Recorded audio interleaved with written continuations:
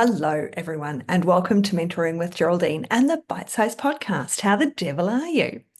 Well, I've not been great. I've not been well. So if my voice suddenly goes or I sound a bit husky, it's because pretty much month of January, I had an upper respiratory tract infection. I was coughing.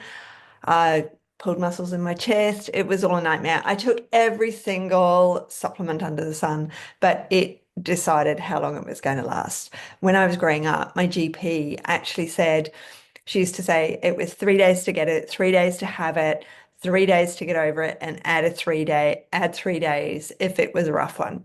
And I definitely got my 15 plus days of that chest infection. So that for me is a reminder, and it needs to be a reminder for us all. What do we do? What do we have lined up to be able to cover for everything? Now, with my podcast, as you know, and as I make sure you know, I batch my podcast. So I make sure that I've got a section done and I've got Ella in the background editing them. I actually don't like listening to myself again. Anyway, so Ella edits them, and with the month of February, we'd already decided that we would be doing, it's the beginning of the year.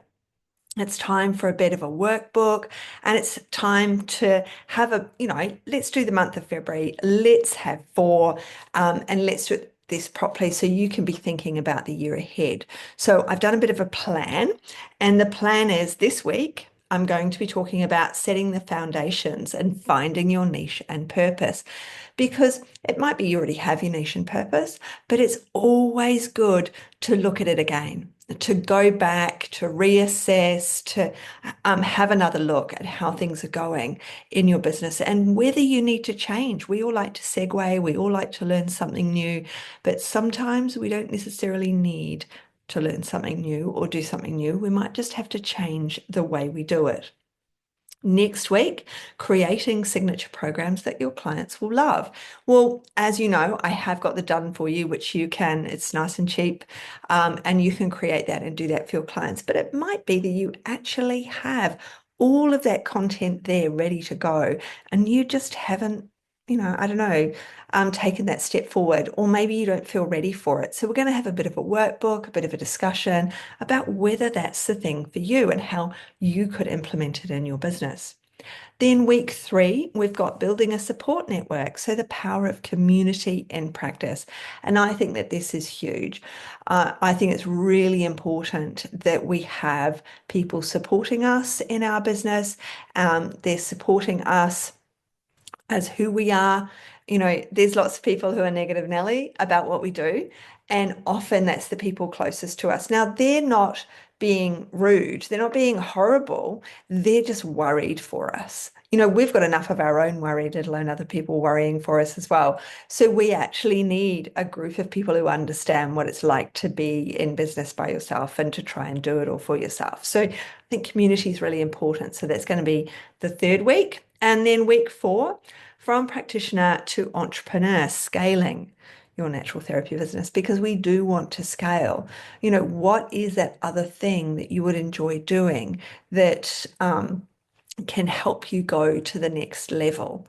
And where is that in your business? Now, it might not be now. It might be that you've got toddlers, so you have to sit at a low level of business until they're just big enough. And then the toddler goes to preschool and they get all the illnesses and you still can't scale up. And then they go to school, and then you can go, hey, now best foot forward. I can do a few more hours a week.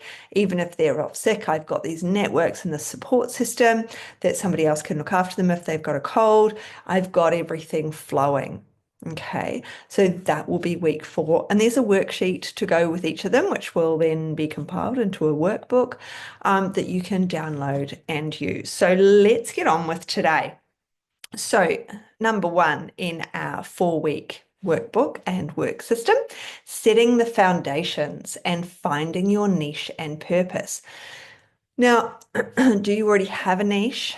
Do you think that what you're doing isn't giving you the love that you need?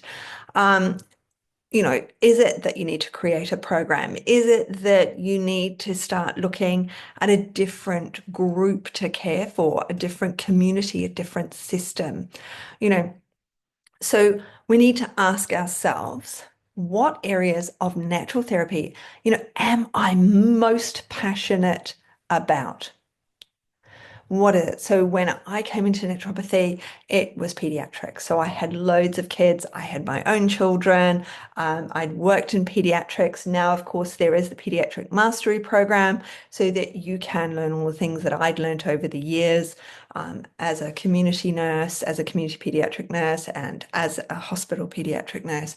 There's lots of info in there for you. So I felt really secure in what I was doing, treating children even though you're treating the mother most of the time. Sometimes the father would come, but the majority of the time it was the mother that came with the child. And so you're really treating two people, and there's quite a bit to figure out when you niche into children. And yet, in a way, they're easier because they don't have multiple pathology. They just have one thing generally wrong with them. And so it's much easier. They come to you with tonsillitis, and yes, we know that's the triad, don't we? We know if they've got tonsillitis, that probably there's asthma, sinusitis, eczema, all these things are possibilities. So we have that in our background of knowledge, whereas that child and that mother are like, this kid has tonsillitis. I need the kid to go to school and not be in pain, not be choking, be able to eat anything other than, stewed apple, whatever it is. So what area of natural therapy are you most passionate about?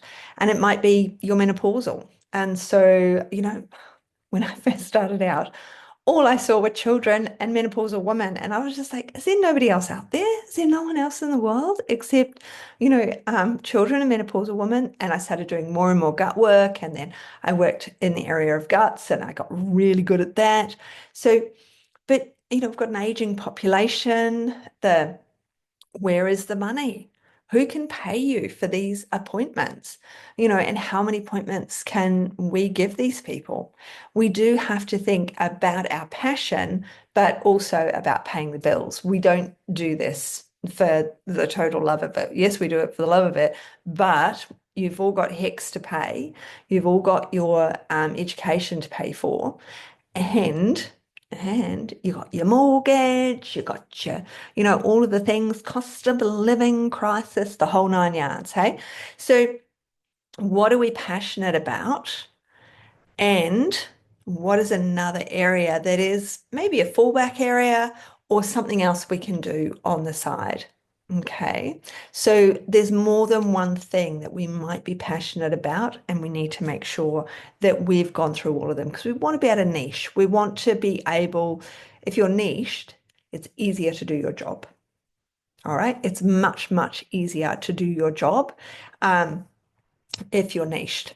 Okay, so because when we niche, we've we learn that thing and we learn that thing really well. And so we're not doing tons of education and training and learning before each and every client that we see because we've done so much of that education and training. Okay. So, excuse me. So, what type of clients do you enjoy working with the most? And what unique skills and experience do you bring to practice? We all have unique skills. We all have the other thing. So, yes, some people did learn to be naturopaths straight from school, but mostly the majority of us did something else first. So, I brought my pediatrics into my business and into what I was doing. What is it that you did? Oh, actually, I worked in business. I was an accountant. Well, all of those people are hitting burnout. We've got to think about all of those people in management. There's a whole area there and a whole group of people that you could be caring for if you were in middle management before. All right. Don't throw the baby out with the bathwater. What was it that you did before that can segue? Is it the people? Is it the environment? Did you work in a health food shop so you know all the products on the shelves? Did you, what is it that you do that we can bring into this business? Maybe you were, I don't know, a massage therapist or a beautician. All of these things are still part of what we do now and what we can bring into what we do.